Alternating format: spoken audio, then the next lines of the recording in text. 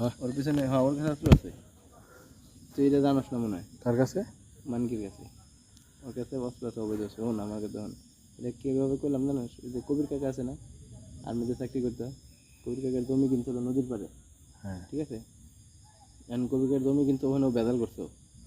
ওই মানিকই কিনছিল, মনে করতে রেজিস্ট্রি করার আগে কিছু টাকা ছিল, রেজিস্ট্রি করার টাকা দিবে জানি এনে বেদাল করছে। পরে উনি অস্ত্র অস্ত্র ঠেহায়া কবির কাকার হাতে জোর করে মনে করে জমি লেগে নিচ্ছে পরে। কিরা কিরা ছিল? মানিক মানে দেখলে মানিকের হাতের লোকজন ছিল, ঠিক আছে? লোকজন কিছু ছিল, ওই শালাকে দিয়ে ওই কাম করেছে। ওর হাত এত দূরে গেলে কি ওকে আমি বুঝি না। মানিক মাস্টার বেটা, সরকারি চাকরি করে না। সরকারি চাকরি করুক, কিন্তু ও হলো মনে করো যে ভার্সিটিতে পড়ছে না। হন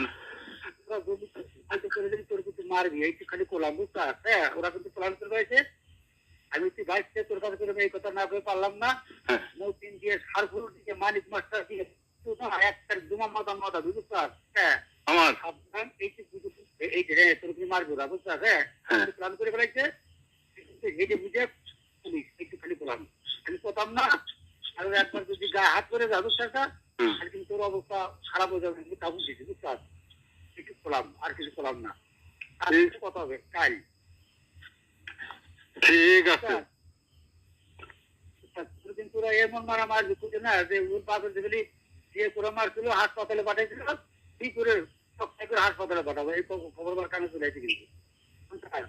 হ্যাঁ বুঝছি তাও খুশি